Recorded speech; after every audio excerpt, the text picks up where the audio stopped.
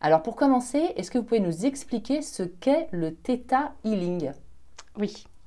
Le Theta Healing, en fait, c'est une technique qui a été développée par Vaiana Stibal, qui est une américaine, et qui permet, avec les fréquences des ondes Theta, d'accéder en fait à son subconscient, à son cœur ou, voilà, ou son âme, selon la définition qu'on veut y mettre, par une méditation. Donc en fait, c'est un état modifié de conscience qui permet en fait de libérer le mental étant vraiment un problème solver, celui qui va analyser, celui qui va nous entraîner un petit peu dans nos schémas répétitifs. Et justement, avec cet état modifié de conscience, on accède à nos croyances limitantes, à nos schémas répétitifs et on les libère, on les débloque. Alors quand vous parlez d'ondes, vous parlez de quoi exactement? Les ondes Theta. En fait, on a 5 ondes et en fait, nous, on travaille avec les ondes Theta. Donc Theta, healing, des ondes Theta et healing, soigné en anglais. D'accord. Et par rapport à l'hypnose qu'on connaît, l'hypnose ericksonienne, l'hypnose que tout le monde connaît de manière classique, quelle est la différence? La différence, ça va être un petit peu l'induction. L'induction que l'on fait en hypnose, nous, on part avec une méditation guidée qui dure très peu de temps. C'est une méditation qui dure 10 minutes, qui nous permet en fait de faire accéder la personne au centre de la Terre, puis ensuite dans sa connexion, ce qu'on peut appeler divine, si vous voulez, de manière à ce qu'il soit vraiment en connexion avec son cœur, avec ce que son cœur a à lui dire, son subconscient, son inconscient. Donc c'est plus profond que l'hypnose ericksonienne qu'on connaît? Ben, moi, je me sers aussi de l'hypnose et, enfin, si vous voulez, plus de la PNL, puisqu'en fait, c'est l'outil de la PNL qui, moi, m'a permis aussi de comprendre quels étaient les schémas, les mécanismes neurologiques qui s'engramment dans le corps. Donc, on peut considérer que c'est une autre variante de l'hypnose qui permet en effet d'accéder à son subconscient. Et vous avez préféré cette Oui, technique-là? j'ai préféré cette technique-là, même si je me sers bien sûr de la PNL. La PNL me permet de comprendre avec le VACOG, donc si on est visuel, auditif, kinesthésique, olfactif ou gustatif, bon, c'est les clés en fait de la PNL qui permettent de s'adapter avec le client qui est en face de moi. Donc avec ces outils-là, la PNL, l'hypnose et principalement le Theta Healing, l'idée c'est d'aller vraiment voir quelles sont les blessures émotionnelles et les croyances limitantes de la personne. À partir du moment où on accède aux blessures émotionnelles, libérer les émotions qui y sont liées permet à la personne d'aller vraiment de l'avant. Hmm. Vous expliquez que vous travaillez avec les émotions. Comment le Theta Healing aide à guérir les blessures émotionnelles? Et est-ce que vous pouvez nous donner quelques exemples? Oui, alors les émotions déjà, il faut essayer de comprendre de quoi on parle. Donc ça peut être la colère, la peur, la tristesse, le dégoût, ou bien à contrario, le plaisir, l'amour, la joie. Après, les blessures émotionnelles, bon, généralement, on arrive facilement à les identifier, surtout qu'on en parle beaucoup actuellement, que ce soit l'abandon, le rejet, la trahison, l'injustice.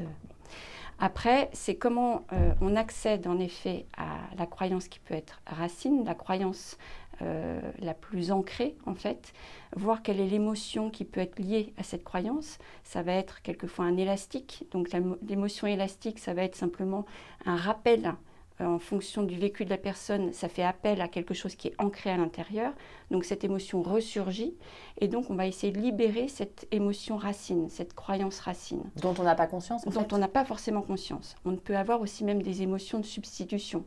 Par exemple, quelqu'un qui paraît très très triste, mais qui en fait, enfant, n'a pas eu l'occasion de libérer toute la colère qui était liée à un trauma. Donc en fait, là, il va être tout le temps triste, mais il ne s'autorise pas à vivre et à exprimer sa colère.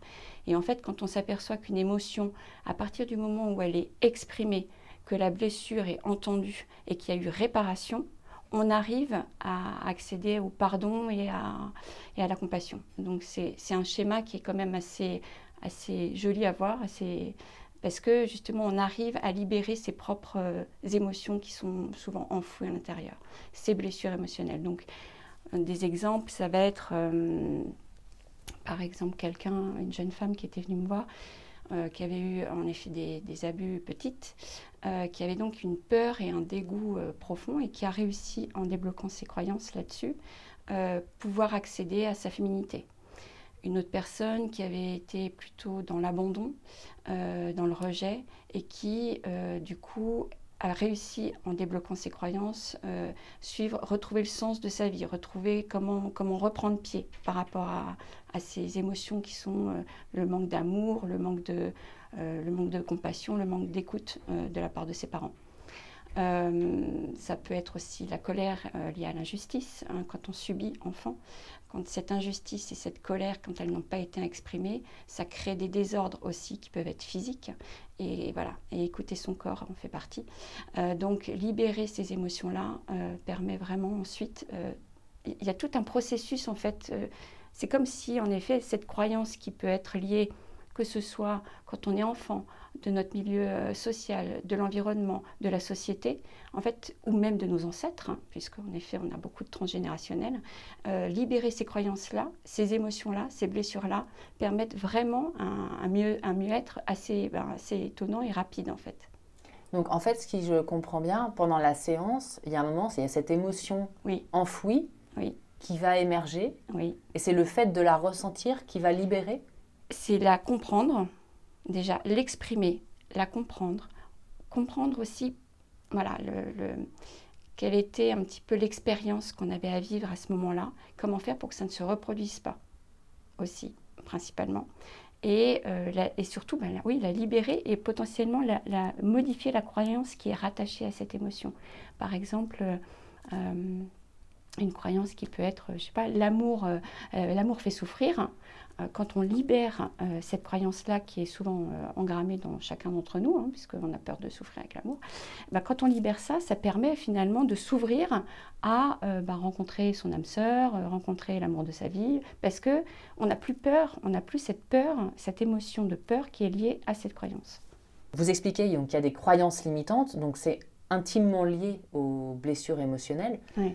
D'après ce que je comprends quand vous nous l'expliquez, il y a d'abord en fait une émotion qui va générer derrière une croyance limitante. Comment ça se structure au début? Alors c'est un peu les deux, c'est-à-dire que comme les pensées forment les émotions, en fait les deux sont liés. Donc on est les créateurs de notre propre vie, donc on peut créer en effet un environnement intérieur comme extérieur qui est complètement stressant ou au contraire galvanisant, selon la façon qu'on a de voir les choses, puisqu'en fait c'est l'intention positive qu'on met qui permet de vivre mieux. Mais alors quand on est, parce que j'imagine qu'il y a beaucoup de croyances limitantes qui viennent de l'enfance. Oui, de l'enfance, aussi, voilà, ce que je disais aussi en effet du transgénérationnel. Transgénérationnel, c'est énorme. Et donc, quand on est enfant, on entend tout le temps les mêmes choses. Et donc, du coup, ça s'engramme dans les cellules. Et donc, s'en libérer, c'est s'autoriser à changer et peut-être aller à l'encontre aussi de ses parents, de son éducation, de la société. Et donc, ça peut être sortir de sa zone de confort et ça peut faire évidemment très, très peur. Quel genre de croyances limitantes vous rencontrez le plus souvent? Et est-ce que vous pouvez nous raconter un cas ou deux? Ok, alors souvent en fait les croyances les plus fréquentes sont liées à la sécurité, à l'appartenance, la reconnaissance et bien sûr à l'amour. Donc en fait au niveau sécurité, on peut avoir des gens qui sont en insécurité profonde d'eux-mêmes ou bien en insécurité financière. Ça peut être aussi... Excusez-moi, ça veut dire quoi en insécurité d'eux-mêmes? C'est-à-dire qu'ils manquent d'ancrage, donc ils ne savent pas du tout comment se positionner dans la vie. Ils n'arrivent pas à être sûrs que là où ils vont aller, ça donne un sens. Bon, alors après, on en parlera peut-être plus tout à l'heure, mais c'est comment identifier les ressources et les valeurs. Mais c'est être tout le temps, ne pas savoir, ne pas avoir son libre arbitre, ne pas savoir choisir en fait ce qui est bon pour soi. Voilà, avoir ces sentiments de devoir peut-être plaire à quelqu'un, avec tout ce qui est lié de l'ordre de la dépendance affective aussi. En fait, il y a toujours un embroglio de choses qui sont reliées à cette insécurité profonde de la personne. Après, il y a en effet l'insécurité financière, c'est des croyances du style, si je me lance dans ce métier-là, en fait, je ne vais pas y arriver, je n'ai pas les ressources, je n'ai pas les moyens, je vais mettre ma famille en péril. Alors après, avec l'amour, on a plein, la peur de l'engagement. Si je m'engage, en fait, je vais être humiliée, rejetée, abandonnée. Il y a le syndrome, bien sûr, de l'imposteur. Je ne mérite pas. Je ne suis pas quelqu'un qui mérite d'être aimé. Je ne suis pas à la hauteur. Ça, c'est des choses hyper fréquentes, en fait. Et c'est très compliqué, en effet. La personne n'a pas forcément conscience de ce qui la bloque. Mais d'aller identifier ne serait-ce que cette croyance-là, qui est quand même assez répandue, ça libère, en fait. C'est comme s'il y avait un poids qui se libérait, mais d'une manière assez spontanée, automatique. et qui autorise la personne vraiment à retrouver son énergie vitale et son souffle en fait. Pourquoi retrouver son énergie vitale? Qu'est-ce qui fait que quand on a une croyance comme ça limitante, notre énergie est bloquée quelque part? Ben en fait, ça c'est ce que j'explique aussi avec tout ce qui est énergétique, c'est-à-dire que nos 7 chakras principaux sont des centres de pouvoir. Et pour retrouver son pouvoir, donc c'est son pouvoir personnel, le pouvoir de s'aimer, le pouvoir d'être soi, c'est lié avec tous nos chakras qui se développent les uns après les autres selon notre évolution. Donc par exemple, le premier chakra, qui est celui justement de la sécurité, s'il n'est pas bien développé à l'enfance, il va en fait mal faire circuler l'énergie qu'on a à l'intérieur de soi sur tous les autres chakras. Et donc les émotions vont être bloquées, la créativité va être bloquée, l'amour, la compassion vont être bloqués, l'expression, la communication aussi, l'intuition, la clairvoyance et la connexion. Donc c'est comment retrouver en effet avec le magnétisme et l'énergétique cette capacité de retrouver son souffle intérieur et se redonner son pouvoir, ne pas le laisser ni aux autres, ni à ses parents, ni voilà, à la société. Et c'est vraiment son pouvoir intérieur qui est le guérisseur en fait. C'est retrouver sa création à soi, à l'intérieur de soi. Qu'est-ce qui fait selon vous qu'il y ait autant de personnes qui... Parce que vous m'expliquez quand on préparait cet entretien qu'il y a énormément de gens qui ne s'aiment pas. Qu'est-ce qui fait que c'est aussi répandu? Et qu'est-ce qui fait que cet aspect de la sécurité, qu'elle soit financière entre guillemets ou intérieure, est si fort aussi? J'ai l'impression en fait finalement que s'aimer c'est un des choses les plus compliquées de notre existence. C'est arriver en fait à faire la lumière sur nos ombres, sachant que pour pouvoir justement éclairer nos ombres, il faut de la lumière. Donc les gens oublient qu'ils ont de la lumière intérieure. Ils oublient en effet qu'ils ont cette capacité de pouvoir accéder à une libération de ce qui les entrave en fait. Et c'est aussi se pardonner à soi. Le pardon, c'est finalement la plus belle chose qu'on puisse s'octroyer, s'autoriser à être, s'autoriser à ne pas se juger, à ne pas dépendre du jugement de l'autre, qui est aussi quelque chose qu'on fait tous les jours, les petites voix intérieures. C'est retrouver sa capacité à faire la lumière sur nos propres ombres, avec l'aide d'un thérapeute ou pas, mais en tous les cas, sans ce jugement que l'on a sur soi-même. Est-ce que vous avez un exemple d'une personne qui est venue vous voir, qui avait, je crois que vous m'aviez raconté, qui a eu un problème de sécurité, de se dire mais je ne suis pas capable, j'y arriverai pas, etc. Et qu'est-ce qu'il y avait comme croyance derrière? Oui, alors c'était un jeune homme. Lui, il avait une croyance a priori sur son positionnement, sa place. Il vivait dans l'illusion d'être à la mauvaise place. Et donc du coup, il ne s'autorisait pas. Donc quand il est arrivé, il était plutôt un peu déprimé et sans emploi surtout. Et donc il cherchait, il ne comprenait pas. Et quand on a été libéré, sa croyance qui était liée finalement à son père, donc à son repère, puisque pour lui c'était son repère, qui en fait n'était pas forcément là, qui était dans l'illusion d'être là sans être là. Lui, il a réussi à retrouver sa place, son ancrage, sa sécurité. Et puis 3 semaines après, il avait 3 propositions de boulot. Donc ça a été quand même assez magique pour lui. Et pour moi aussi d'ailleurs. Voilà. Et c'était quoi cette croyance par rapport à son père? En fait, il pensait qu'il devait en fait à chaque fois prendre une certaine place pour pouvoir exister aux yeux de son père. Et son père, évidemment, n'attendait pas. Enfin, il y avait de toute façon souvent des quiproquos dans les familles. Donc bon, voilà, c'est. Il pensait que son père avait certaines exigences, oui, que lui n'arrivait pas à remplir. Voilà, certaines exigences, et surtout une certaine place. Il attendait certainement. Il avait déjà un manque affectif quand même profond, une reconnaissance qu'il demandait à corps et à cri, et surtout une absence du père, et donc un problème de positionnement de lui-même en fait, de sa place dans sa famille et dans la société. Et quand vous faites vos séances, du coup, alors là, il y avait du theta healing, j'imagine. Oui, beaucoup. Comment ça se passe pour nous qui enfin moi en tout cas, je ne l'ai pas encore fait. Comment ça se passe? Comment ça émerge? Qu'est-ce qui s'est passé dans cette séance, par exemple? Si je me souviens bien, il y a souvent beaucoup d'émotions, ça c'est sûr. Et s'autoriser à vivre cette émotion, ça peut être une reconnexion à son enfant intérieur, principalement. C'est voir en fait comment... Quand on était enfant, retrouver les ressources dont on aurait pu avoir besoin, comprendre aussi potentiellement faire venir le père en face et comprendre pourquoi le père a agi de cette manière-là. Et une fois que c'est évacué pour de bon? Ah ben oui. Ben oui, parce qu'après, on modifie la croyance. L'idée, c'est de modifier la croyance, c'est de se dire, ok, ben en fait, à cette époque-là, mon père, peut-être qu'il a fait comme il a pu, il n'avait pas les ressources, lui, pour pouvoir être à la hauteur de mes espérances, de mes attentes et de ce que j'étais prêt à vivre.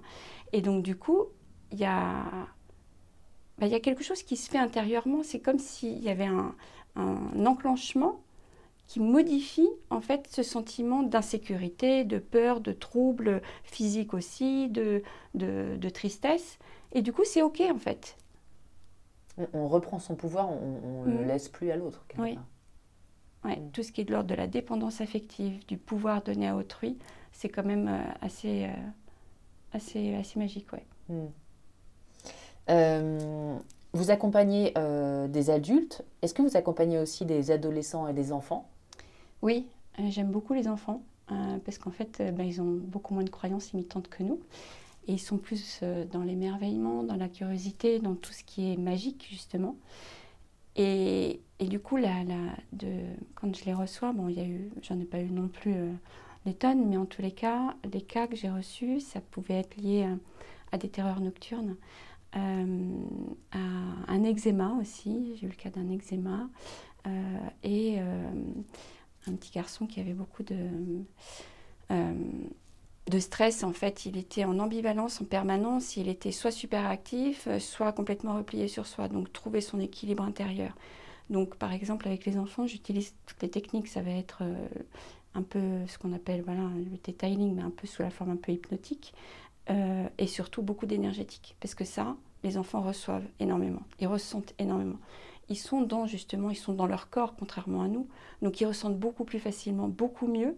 Et quand je leur montre, par exemple, comment s'enlever une migraine, ils y arrivent tout de suite, en fait. Parce qu'ils n'ont pas de fausses croyances. Ils ne vont pas me dire « Ah, mais ça ne marche pas ton truc ». Je dis « En fait, ils le font et ça marche. C'est automatique. » Comment enlève-t-on une migraine? Je vous pose la question, du coup. Je n'ai pas 8 ans. C'est une technique de magnétisme. Hein, donc, en fait, c'est simplement retrouver les énergies de la Terre. Moi, je me connecte à l'énergie de la personne. Et ensuite, l'idée, c'est on met la main derrière la nuque et la main ici, la main directrice. Et la main directrice, c'est comme si, avec votre respiration, donc en cohérence cardiaque, vous allez insuffler. Et en soufflant, vous allez évacuer tout le feu qu'il y a dans votre tête. Et il va sortir du bout de vos doigts. Vous allez visualiser cette énergie de feu qui sort de vos doigts. Et c'est en fait canaliser l'énergie qui nous environne, celle de la personne, qui va ensuite permettre cette libération. Et cet enfant a réussi en un clin d'œil. Et d'ailleurs, après, j'ai su par sa mère qui montrait à ses copains à l'école. C'est super. Comment vous avez appris ça? Ça, c'est en magnétisme. Ça, c'est avec le magnétisme. Et après, le magnétisme, tout le monde en a. Alors, j'allais vous poser la question, parce qu'effectivement, donc vous en avez, vous savez l'utiliser. Voilà, après, c'est comment l'utiliser aussi dans vos séances. Voilà. Mais tout le monde en a, tout le monde sait faire. Tout le monde peut le faire. Il y a ce qu'on voit aussi avec tout ce qu'on a entendu, avec le pouvoir de l'intention sur l'eau. C'est pareil avec les énergies, avec tout ce qui nous environne. C'est l'intention positive et canaliser, en fait. C'est ressentir les énergies qu'on a. On est énergie de toute façon à la base. Donc c'est ressentir les énergies et les fluidifier, les réénergiser s'il y a besoin, les calmer s'il y a besoin, réaligner évidemment les chakras. C'est tout un processus de souffle en fait, de respiration et d'énergie. Alors vous, personnellement, parce qu'on n'a pas tous la capacité de détecter ça en nous, vous, comment vous avez fait pour le détecter et comment vous l'utilisez, comment vous le vivez? Alors, déjà au préalable, oui, plusieurs personnes m'avaient dit qu'en effet, quand je posais les mains sur eux, ça leur faisait du bien. Bon, ok. Et en fait, ce qui a été assez déclencheur chez moi, ça a été un voyage que j'ai fait à Bali, qui était un voyage vraiment spirituel, où vraiment c'était que des cérémonies, des méditations. Voilà, c'était un environnement très propice à la méditation, en fait. Et un jour, tout bêtement, je regardais les hirondelles voler. Et en fait, c'est comme si la matrice s'ouvrait. C'est comme si j'avais accès à l'énergie universelle. Ça a été, en l'espace d'un instant, c'est comme s'il y avait une compréhension de l'énergie de l'univers. C'est comme si la matrice s'ouvrait. Je comprenais comment faisaient les hirondelles pour voler sans s'entrechoquer, raser l'eau. En fait, je voyais comme Métatron, vous savez, la géométrie sacrée, j'avais accès à une géométrie dont je n'avais pas conscience avant. De manière intuitive De manière spontanée, intuitive. Et ça a été, du coup, je me suis dit, ok, donc il faut que je travaille avec les énergies. Puisqu'en fait, ça me parle, parce que je ressens. Et parce que aussi les élémentaux me parlent beaucoup. C'est-à-dire que j'adore travailler avec le vent, avec le feu, avec l'eau, les élémentaux me parlent. Donc, quand je ressens quelque chose chez une personne, quelquefois, je vais ressentir trop d'eau, trop de feu, trop de métal, elle est trop aérienne, elle est pas assez ancrée. Du coup, je retravaille aussi avec les élémentaux et l'énergétique. Et alors l'énergétique, on entend beaucoup parler et ce qui est compliqué, c'est comme c'est impalpable, c'est invérifiable, entre guillemets. Qu'est-ce que vous pouvez nous en dire pour nous éclairer quand il y a des gens qui disent on fait de l'énergétique? Qu'est-ce que c'est pour vous? Qu'est-ce que ça n'est pas? Alors déjà, moi je ne l'utilise pas seule, parce que je l'utilise toujours avec du Theta Healing. Même une personne qui vient et qui a de la chimio ou de la radiothérapie, je vais utiliser évidemment le magnétisme et l'énergétique pour la libérer de ses douleurs, sachant que l'idée, c'est parce que enlever la souffrance en fait, puisqu'en fait la douleur est éphémère, la souffrance perdure. Donc comment enlever cette souffrance pour que la personne puisse accéder justement à cet état un peu d'apesanteur pour aller libérer ensuite les blessures. Donc déjà, évidemment, l'énergétique, ça va être de toute façon de se sentir mieux. Se sentir mieux selon le besoin qui est insufflé. Là, récemment, un monsieur est venu parce qu'il venait de se faire opérer d'un rein, il voulait retrouver son énergie, son regain d'énergie pour pouvoir refaire du sport. J'ai dit, ok, on va travailler sur réaligner tout, refluidifier l'énergie vitale, le souffle vital à l'intérieur, pour que les cellules se remettent en harmonie à l'intérieur, en paix, en harmonie à l'intérieur. Donc, et ça a marché. En une fois? Et oui, il faut faire de l'entretien?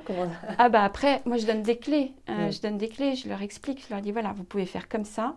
Essayez aussi, vous pouvez demander aussi à votre conjoint de vous montrer, parce que quand il y a certains, au début, je fais au niveau du corps éthérique, et il y a certains moments où j'appuie sur certains, parce que je ne sais pas, j'ai quelque chose qui me dit qu'il faut que j'appuie, donc j'appuie.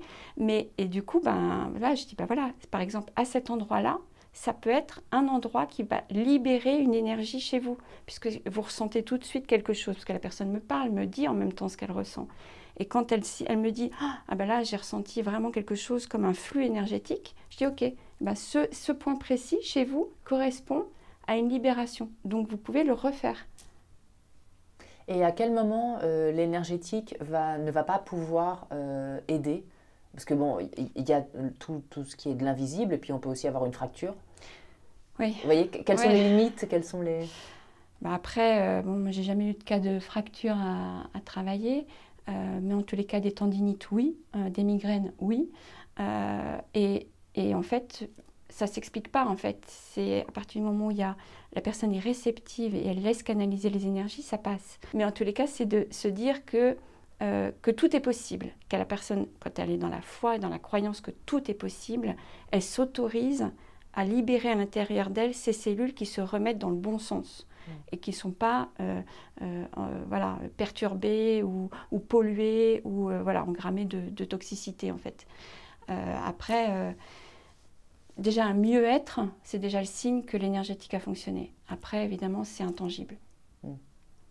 Vous insistez aussi sur l'importance de l'équilibre dans le comportement. Je trouvais ça très intéressant, très sage. Et la façon d'agir dans la vie.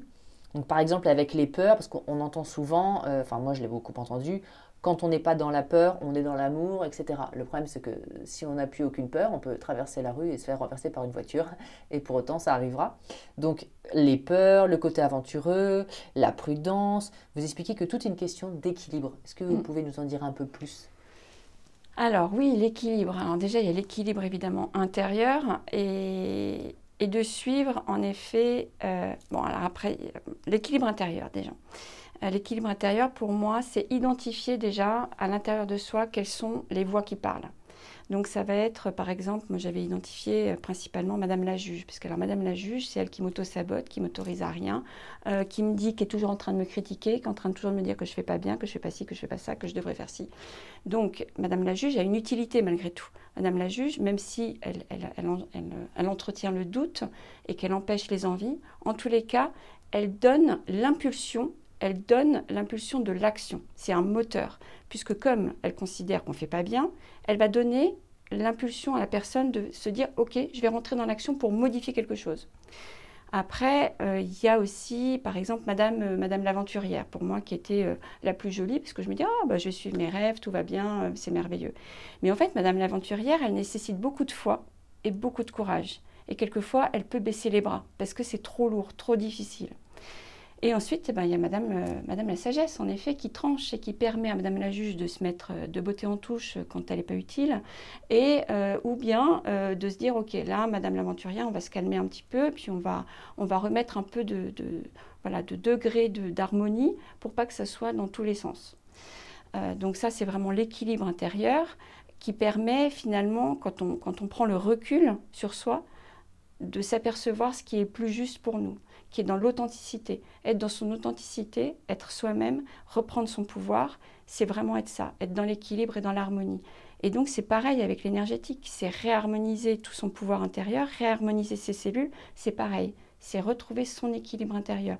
De toute façon, l'équilibre, il est partout, qu'on soit dans la matrice ou pas. Le yin-yang, c'est la complétude, le noir, le blanc, les ombres, la lumière, tout est une question d'équilibre. Comment on fait la part des choses, comment on s'aperçoit du curseur de là où on veut aller. Et je considère aussi que dans l'équilibre, dans l'univers, l'équilibre se fait toujours dans le don et dans le recevoir. Il ne s'agit pas d'être un sauveur parce qu'en fait, le sauveur, il s'épuise, il perd toutes ses ressources s'il n'apprend pas à recevoir. Il y a toujours un équilibre qui se crée, puisque en fait, si on prend trop, évidemment, on est un peu égotique, quoi, disons, pour schématiser, caricaturer. Par contre, si on est trop dans le don, en fait, c'est pareil, on perd toutes ses ressources. Donc c'est accepter, le mot accepter, je sais, très à la mode, mais c'est accepter d'être dans ce juste équilibre du don, du recevoir, en lien avec les énergies environnantes, avec l'univers, avec vos valeurs, avec vos ressources. Par rapport à ça, je voulais dire quelque chose qui, pour moi, est assez important, ce que j'ai vraiment noté chez les adultes aussi, par rapport à leurs croyances. Quand on identifie, chez un adulte principalement, les ressources qu'il a en lui, quelquefois il oublie qu'il a des ressources, ou il ne les voit plus. Donc simplement faire remonter ses ressources. Les ressources, ça peut être la créativité, ça peut être l'intuition, le courage, la résilience. Voilà. Faire remonter ses ressources. Et quand on les met en exergue au regard de ses valeurs, donc les valeurs hautes de quelqu'un, qui peuvent être l'équité, la justice, l'altruisme, la liberté, en fait, ou la famille. Quelquefois, les gens leur valeur haute, c'est la famille. C'est OK, en fait. C'est comment faire accéder cette valeur haute de la famille dans sa vie avec les ressources qu'on a. Et là, on va retravailler de nouveau sur les croyances qui empêchent les ressources de se mettre en adéquation avec les valeurs. Oui, parfois, les croyances font juste mettre un voile, entre guillemets, sur nos ressources qu'on oublie. Oui. On les perd au fil de l'eau, parce que finalement, on entretient tellement cette croyance avec notre mental qu'on est nul, qu'on n'y arrivera jamais, ou que, il y avait aussi, là, je parle d'autre chose, mais au niveau transgénérationnel, cette jeune femme qui était venue me voir et qui avait perdu le souffle de vie, qui s'effaçait au profit de sa sœur. Pourquoi ? Parce que dans sa lignée, elle a identifié qu'en fait, la plupart des enfants mouraient jeunes. Et elle, comme elle avait une petite sœur qui est née juste après elle, la crainte de la mort de cet enfant faisait qu'elle s'effaçait toujours et elle donnait toujours à sa sœur. Donc elle n'existait pas, elle n'existait qu'au travers de sa sœur. Pour que sa sœur vive, elle-même n'avait plus d'existence. Donc c'est pareil, ça c'est des croyances qui sont engrammées, qui sont des blessures pareilles, transgénérationnelles. Et des peurs comme ça peut se libérer ? Oui. Parce bah que oui, c'est tellement profond et tellement ancré, effectivement, dans Mais en fait, déjà de le conscientiser, Mm. finalement, se dire « Ah ok, mais j'avais pas vu les choses comme ça ». Et accepter, faire comprendre à son inconscient que finalement, jusqu'à présent, il a toujours fonctionné selon cette peur, et lui montrer que c'est différent, qu'on peut modifier ça, ben, y a vraiment la libération qui s'opère. Vous parliez du syndrome du sauveur, hein, enfin moi que je vois beaucoup autour de moi. Qu'est-ce que vous pouvez en dire? Comment ça se crée, ce syndrome du sauveur? Et puis surtout dans une société où on nous dit donnez, soyez bienveillants, machin et tout, et on nous dit moins faites attention à vous. Enfin, moi j'ai l'impression. Comment ça se crée un sauveur et pourquoi c'est pas une bonne idée non plus, même si c'est plus flatteur, on va dire, de sauver les gens? Bah, c'est un peu le triangle de Cartman, hein, quand on voit le sauveur, le persécuteur et la victime. Donc évidemment, on préfère tous être dans le rôle du sauveur, hein, quelque part, parce que c'est quand même moins sympa d'être dans les deux autres rôles. Mais finalement, le sauveur, il oublie que les autres existent par eux-mêmes et qu'ils peuvent aussi accéder à leur potentiel, à leurs ressources. Et donc finalement, de vouloir toujours donner à l'autre et lui dire, bah, en fait, t'es pas capable de faire ça tout seul puisque tu as besoin de moi, bah, c'est pas une posture juste. C'est pas être dans la justesse, c'est pas l'aider en fait, c'est pas l'accompagner, puisque finalement on le maintient dans cette position de je vais t'aider, tu es une victime. Donc pareil, il y a un équilibre qui n'est pas juste. Et finalement, de toute façon, être sauveur, bah, finalement, c'est des gens souvent qui oublient de se sauver eux-mêmes, qui ne veulent pas aller voir ce qui se passe à l'intérieur d'eux, qui ne s'aiment pas suffisamment, qui n'ont pas eu la capacité de voir la lumière qu'ils ont eux. Et donc, ils ont besoin d'aller la chercher chez l'autre, donc de faire un jeu de miroir, toujours avec se nourrir par miroir avec l'autre. Le persécuteur ne perçoit pas la valeur et la dignité de la victime. Le sauveur, lui, pense que c'est le seul à pouvoir, en effet, donner de la valeur à l'autre, et la victime ne se connaît pas elle-même, en fait. Et donc, il y a toujours un jeu psychologique triangulaire entre ces trois entités, si vous voulez, trois jeux psychologiques. Et c'est finalement se maintenir dans un jeu parent-enfant et non pas adulte. On n'est pas dans l'adulte, on n'est pas dans la responsabilité de l'adulte. On est dans les énergies du parent-enfant, enfant-parent. Dominé-dominant, quelque voilà. part. Ouais. Et est-ce qu'on peut changer de casquette soi-même? Oui, alors du coup, il faut retourner dans une posture adulte. Donc sortir du jeu, en fait. Reprendre une énergie d'adulte, c'est une énergie responsable, une énergie, ok, là je vois ce qui se passe, prendre du recul, analyser la situation, se dire non, en fait ça ne me correspond pas. Je sors de ce schéma.